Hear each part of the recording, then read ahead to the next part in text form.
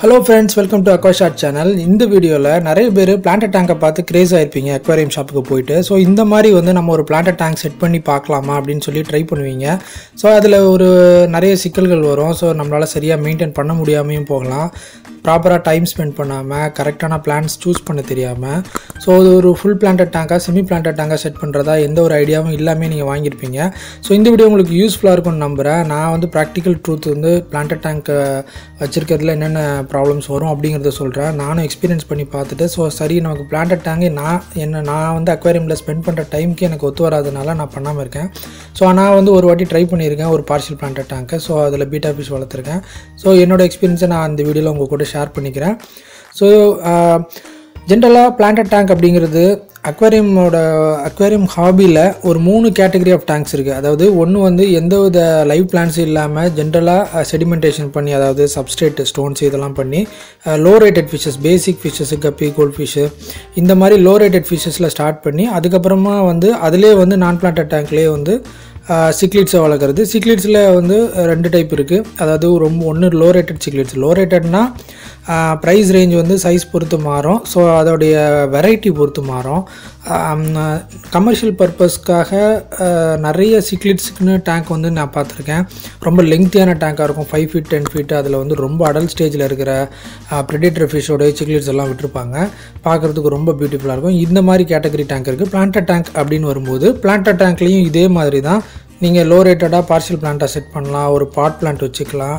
கம்ப்ளீட்டாக வந்து 3 feet 4 feet 5 feet லெங்க்த்துக்குமே வந்து கம்ப்ளீட் பிளான்டட் டேங்க் விட்டு ஹையர் எண்ட் ஃபிஷ்ஷஸ் வந்து டிஸ்கஸ் ஃபிஷ்ஷு. அதாவது ஃபிஷ்ஷஸ்க்குனே பார்த்தீங்கன்னா ஒரு பேர் மட்டுமே ஒரு சிங்கிள் ஃபிஷ் மட்டுமே நீங்கள் 1000 rupees ஸ்பெண்ட் பண்ணுற மாதிரி இருக்கும். அந்த மாதிரி காஸ்ட்லியான ஃபிஷ்ஷஸில் வளர்க்குற பிளான்டட் டேங்க்கும் இருக்குது. அப்படி இல்லாமல் ரொம்ப லோ ரேட்டட் கப்பி ஃபிஷ்ஷு இம்போர்ட்டட்லேயே வந்து நிறைய கிராஸ் பீட் வந்துருச்சு கப்பியில். ரொம்ப ஒரு லோ ரேட்டட் நீங்கள் பட்ஜெட்டுக்கு ஏற்ற மாதிரி பிளான்டட் டேங்க் செட் பண்ணுற மாதிரியும் இருக்குது. ஸோ பிளான்டட் டேங்க்கில் ஹையர் ரெண்டு தான் செட் பண்ணணும் அப்படின்னு கிடையாது. லோ ரெண்டு செட் பண்ண முடியும். லோ ரேட்லேருந்து ஹை ரேட் வரைக்கும் பண்ண முடியும். இது ஒரு கேட்டகரி ஆஃப் டேங்க்கு. அதுக்கப்புறமா மெரைன் இருக்குது. ஸோ மெரைனுங்கிறது தனி டாபிக். நம்ம இன்னொரு வீடியோவில் பார்க்கலாம். ரொம்ப அதை பற்றி நிறைய பேசலாம் நம்ம மெரைன் ஃபிஷ்ஷஸை பற்றி. அது பேசிக் டேங்க்லேருந்து ஸ்டார்ட் பண்ணாலுமே மினிமம் ரெக்குயர்மெண்ட்டு டேங்க்குக்கு இந்த மாதிரி வைக்கணும் ஸ்கிம்மர் இதெல்லாம் செட் பண்ணணுன்ட்டு இருக்குது. நிறைய தம்ப்ரூல்லாம் இருக்குது அதுக்கு. அப்போ தான் ஃபிஷ்ஷஸ் வந்து சர்வைவல் ரேட் வந்து ரொம்ப நல்லாயிருக்கும். பேசிக் ஃபிஷ்ஷஸ் வந்து க்ளவுன் ஃபிஷ்லேருந்து ஸ்டார்ட் பண்ணுவாங்க. அட்வான்ஸ்டாக போகும்போது டேங்கோட லெங்த் மாறும். ஸோ அதுக்கேற்ற மாதிரி ஃபிஷ்ஷஸோட வெரைட்டிஸும் மாறும். எல்லாமே ப்ரைஸ் பொறுத்து உங்களோட கொட்டேஷன் என்னவோ பட்ஜெட் பொறுத்து இருக்குது. ஸோ பிளான்டட் டேங்க்கில் நம்ம அக்வாரியம் ஷாப் பார்க்கும்போது நிறைய அக்வாரியம்ஸில் வந்து டிஸ்பிளேக்கு பிளான்டட் டேங்க் வச்சுருப்பாங்க. நீங்கள் நோட் பண்ணியிருப்பீங்க. ஸோ அப்படி இல்லைனா டிஸ்பிளே டேங்க்கில் வந்து ரொம்ப க்ளீனாக வச்சு சிக்லிட்ஸ் வளர்த்துருப்பாங்க. ரொம்ப எக்ஸ்பென்சிவ் ஃபிஷஸ் அதாவது கஸ்டமர்ஸ் பார்த்து உடனே அட்ராக்ட் ஆகிற மாதிரி இருக்கிறது பிளான்டட் டேங்காக இருக்கும். அதுக்கு ரீசன் என்னென்னா பிளான்டட் டேங்க்கில் அவங்க கொடுக்குற அந்த பிளான்ட்ஸ் ரொம்ப டென்ஸான பிளான்ட்ஸு ரொம்ப க்ரீனிஷாக இருக்கும் பார்க்குறதுக்கு. இதுக்கெல்லாம் ரீசன் என்னென்னா அதில் அவங்க டிஸ்பிளேயில் வச்சுருக்கிற டேங்க்கு வந்து பார்த்திங்கன்னா CO2 எமிஷன் இருக்கும். அதாவது CO2 செட் பண்ணியிருப்பாங்க. பிளான்ட்ஸ் வந்து CO2 நல்லா இருந்தால் மட்டும்தான் நல்லா வந்து எல்லா கார்னர்ஸ்லையும் சப்ஸ்ட்ரேட்டில் ரூட் பிடிச்சி பிளான்ட் வளரும். ஸோ இந்த மாதிரி ஒரு டென்ஸான பிளான்டேஷன் வந்து நீங்கள் அதாவது CO2 இல்லாமல் மெயின்டைன் பண்ணவே முடியாது. CO2 இல்லாமல் வளர்க்குறது ரொம்ப கஷ்டம். நிறைய வந்து ஆர்டிஃபிஷியலாக வந்து do it your self CO2 tablets இதெல்லாம் சேல் பண்ணுறாங்க. இதெல்லாம் என்ன தான் ட்ரை பண்ணாலுமே ஓரளவுக்கு நீங்கள் அந்த ஃபுல் பிளான்டட் டேங்க்கு நல்லா டென்ஸாக நல்லா க்ரீனிஷாக இருக்கிற மாதிரி அதை பண்ணுறது கஷ்டம் CO2 இல்லாமல். ஸோ க்ரீனிஷ் அப்படிங்கிறது CO2க்கு சம்மந்தம் இல்லை. நான் ப்ராப்பரான ஃபெர்டிலைசர் கொடுக்கணும். ஸோ ஃபெர்டிலைசர்ஸ் வந்து நிறைய பிராண்ட் வந்து சேல் பண்ணுறாங்க அக்வாரியம் ஷாப்பில். இந்த ஃபெர்டிலைசர்ஸ் வந்து நல்ல குவாலிட்டியான ஃபெர்டிலைசர்ஸ் வாங்கி நீங்கள் எந்த மாதிரி எவ்வளோ பிளான்ட்ஸ் வச்சுருக்கிறீங்க எந்த அளவு உங்கள் பிளான்ட்டோடைய ஏரியா இருக்குது டேங்க்கோட இது பொறுத்து ஃபெர்டிலைசர் வந்து எவ்வளோ டியூரேஷனுக்கு இருக்க அதில் வந்து வாட்டரில் பண்ணணும் அப்படிங்கிறது இருக்குது. ஸோ நீங்கள் என்ன பெரிய பிளான்டட் டேங்க் வச்சுட்டு நான் இதுக்கு நிறைய செலவு பண்ண முடியாது ஃபெர்டிலைசருக்குன்னு சொல்லி கம்மியாக விட்டிங்கனாலும் இந்த பிளான்ட்டோட க்ரீனிஷ்னஸ் அதாவது பிளான்ட்ஸு பழுப்பு நிறத்தில் மாறாமல் அதோட பச்சைத்தன்மையை வந்து தக்க வச்சுக்கிறதுக்காக தான் இந்த ஃபெர்டிலைசர்ஸ் வந்து வாட்டரில் ஊற்றுவாங்க. வாட்டரில் ஊற்றினோன்னா பிளான்ட்ஸ் அதை வந்து அப்சார்ப் பண்ணி அந்த ஃபெட்ஸ் மூலமா அதோட growth, அதோட கலரேஷன் நல்லா வந்து டென்ஸா வளர்றது எல்லாத்துக்குமே அது ஹெல்ப்ஃபுல்லா இருக்கும் இந்த fertiliser. First of all root பிடிக்கிறதுக்கு சப்ஸ்ட்ரேட்ல இந்த மண்புழு உரம்னு சொல்லி கலப்பாங்க. வெர்மி கம்போஸ்ட்னு சொல்லுவாங்க. இது வந்து நீங்க நார்மலா ஆர்கானிக் ஸ்டோர்ல வாங்கலாம்.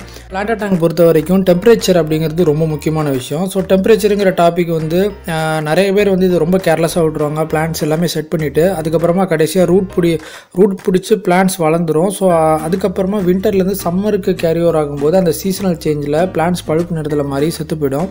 இதுக்கு ரீசன் என்னென்னா நீங்கள் டேங்க்கில் வந்து சில்லர் செட் பண்ணாமல் இருக்கிறது. ஸோ சில்லர் அப்படிங்கிறது நிறைய டேங்கோட சைஸ் பொறுத்து பட்ஜெட் பொறுத்து நிறைய வந்து வாட்டரை வந்து கூலாக மெயின்டைன் பண்ணுறதுக்கு சில்லர்ஸ் வந்து சேல் பண்ணுறாங்க. ஸோ ரொம்ப அட்வான்ஸ்டாக 10,000 அந்த மாதிரி ரேஞ்சில் போகிறதும் இருக்குது. ஸோ CO2 சில்லர் இந்த ரெண்டுமே வந்து முக்கியமான பார்ட்டு பிளான்ட்டுக்கு. ஸோ நல்லா ஞாபகம் வச்சுக்கோங்க, இந்த இவ்வளோ செலவு பண்ணுறது இந்த மெயின்டெனன்ஸ் எல்லாமே ஃபிஷ்ஷுக்கானது கிடையவே கிடையாது.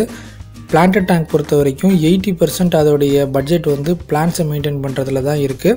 ஸோ நீங்கள் அவ்வளவு செலவு பண்ணி நான் அந்த பிளான்ட்ஸை மெயின்டைன் பண்ணணுமான்னு கேட்டிங்கன்னா பிளான்ட் டேங்க்கில் வந்து முக்கியமானதே பிளான்ட்ஸ் தான். ஸோ ஃபிஷ்ஷஸ் வந்து செகண்டரி தான். நீங்கள் இந்த பிளான்ட்ஸை ஆர்கானிக்காக கரெக்டாக வளர்த்துட்டீங்க, மெயின்டைன் பண்ணிட்டீங்க அப்படின்னாலே உங்களுக்கு ஃபிஷ் வந்து எந்த பிரச்சனையும் வராது. நீங்கள் பிளான்ட் டேங்க்கில் விடக்கூடிய டெட்ரா வெரைட்டிஸும் சரி, கப்பி வெரைட்டிஸும் சரி, எந்த வெரைட்டி ஃபிஷ்ஷஸ் வாங்கினாலுமே எதுவுமே சாகாது, கரெக்டாக வந்து பேலன்ஸ்டாக போயிட்டுருக்கோம். ஸோ இதில் சேலஞ்சிங்காக இருக்கிறதே வந்து வாட்டர் அண்ட் வாட்டர் குவாலிட்டியை மெயின்டைன் பண்ணுறது, பிளான்ட்ஸை வந்து கரெக்டாக வந்து க்ரீனிஷாக வச்சுக்கிட்டு கரெக்டாக ஆர்கானிக்காக பிளான்ட்ஸை வந்து க்ரோ பண்ணுறது, இது மாதிரி விஷயங்கள் தான் சேலஞ்சிங்காக இருக்கும். இதுக்கு ப்ராப்ளமாக வர்றது பார்த்திங்கன்னா உங்களுக்கு இந்த வெயில் சீசன் தான். வெயில் சீசனில் பிளான்ட்ஸை மெயின்டைன் பண்ணுறது ரொம்ப கஷ்டமாக இருக்கும். ஸோ அதுக்கு தான் எல்லா அக்வேரியம் ஷாப்லேயும் எல்லா டைமும் பிளான்ட்ஸ் நல்லா இருக்கிறதுக்கு காரணம் என்னென்னா அதில் சில்லர் இருக்கும், CO2 டிஃப்யூசர் இருக்கும், பிளான்ட்ஸ் கரெக்டாக வளர்ந்து மேலே வந்துட்டுருக்கும். பிளான்ட்ஸை வந்து வீக்லி மெயின்டெனன்ஸ் கண்டிப்பாக பண்ணுவாங்க. ஒர்ஸ்ட்டு கேஸில் ஒரு 10 days ஒன்ஸ் ஆகுது பிளான்ட்ஸ் வந்து எக்ஸஸாக வளர்ந்து மேலே வர்றது, அதாவது டேங்கோட டாப் லேயர், வாட்டரோட டாப் லேயருக்கு மேலே வர்றதை கட் பண்ணிவிடுவாங்க. அவங்களுக்கு தேவைப்பட்டால் உள்ளே கூட நிறைய ட்ரிம்மிங் பண்ணி விட்டுருவாங்க.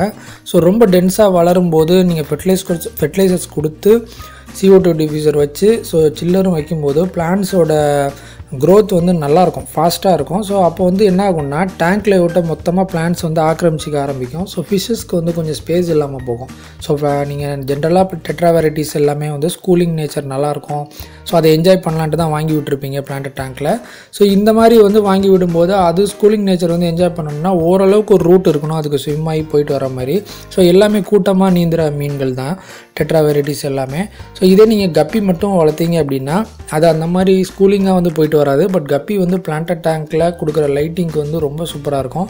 ஸோ லைட்டிங்னு சொன்னதான் ஞாபகம் வருது. ஸோ லைட்டிங்கிறது ரொம்ப முக்கியமான பார்ட்டு பிளான்ட் டேங்க்கு.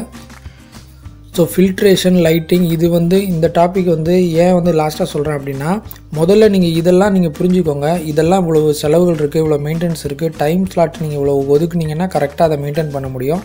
லைட்டிங் அப்படிங்கிறது அக்வாரியம் லைட்டிங் பிளான்ட் டேங்க்குக்கு நீங்கள் எந்த சைஸ் பிளான்ட் டேங்க் வைக்கிறீங்களோ அதுக்கு என்ன லைட்டு வந்து கரெக்டாக இருக்கும் அப்படிங்கிறத சஜஸ்ட் பண்ணுறாங்களோ அதை வந்து ப்ரைஸ் பொறுத்த வரைக்கும் அந்த பிராண்ட் வந்து ஆன்லைன்லேயோ இல்லைனா வேறு ஷாப்லேயோ நீங்கள் கம்பேர் பண்ணி பார்த்துக்கோங்க. சைஸை வந்து குறைச்சி நீங்கள் பண்ணவே செய்யாதீங்க. நிறைய பேர் என்ன பண்ணுவாங்கன்னா 3 feet டேங்க் லென்த் இருக்கும். ஸோ சென்டரில் மட்டும் லைட் பாஸ் ஆகிற மாதிரி அக்வேரியம் லைட் போட்டு ஓகே இதுவே எல்லா சர்ஃபேஸுக்கும் போகுதுன்னு நினைப்பாங்க. ஓரமாக வளர பிளான்ட்ஸுக்கு லைட்டிங் இல்லாமல் சரியாக க்ரோ ஆகாது, இல்லைனா கொஞ்சம் பழுப்பு நிறத்தில் மாற ஆரம்பிக்கும். ஸோ பிளான்ட் டேங்க் பொறுத்த வரைக்கும் லைட்டிங் அப்படிங்கிறது கரெக்டாக பிளான்ட் அந்த டேங்க்கோட லேஅவுட்டுக்கோட லைட் முடிஞ்சிடணும். ஆனால் கம்ப்ளீட்டாக 100% டேங்க் லேஅவுட்டுக்கு கரெக்டாக லைட் ஆப்டாக இருந்தால் மட்டும்தான் பிளான்ட்ஸோட க்ரோத் வந்து கரெக்டாக இருக்கும் எல்லா பார்ட்லேயும். குறிப்பாக பார்த்திங்கன்னா நிறைய பேர் வந்து கார்பெட் பிளான்ட்ஸ் வச்சுருப்பாங்க. ஒரு குறிப்பிட்ட ஏரியா வரைக்கும் கார்பெட் பிளான்ட் வச்சுட்டு பின்னாடி பெரிய பிளான்ட்டு அமேசான் ஸ்வார்டு, கபம்பா இதெல்லாம் வச்சுருப்பாங்க. ஸோ கார்பெட் பிளான்ட்டுக்கு ரொம்ப டெப்த்தாக கீழே வரைக்கும் லைட்டிங் வந்தால் மட்டும்தான் கார்பெட் பிளான்ட் வந்து வளரும்.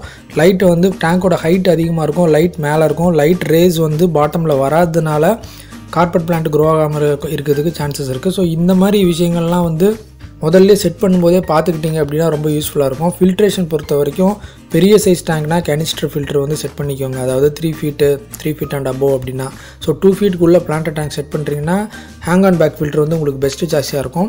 ஸோ ஹேங் ஆன் பேக்கில் இப்போ நிறைய customised hang on back filter, அதாவது ரொம்பவே குவாலிட்டியாக, ரொம்ப நாய்ஸ்லெஸ்ஸாக, ரொம்ப வாட்டர் ஃப்ளோ வந்து ரொம்ப ஆவரேஜாக கரெக்டாக இருக்கிற மாதிரி ஹேங் ஆன் பேக் ஃபில்டர்லாம் வந்துருச்சு. ஸோ அதை வாங்கி செட் பண்ணிக்கிறது பெஸ்ட்டு சாய்ஸாக இருக்கும் என்னை பொறுத்த வரைக்கும்.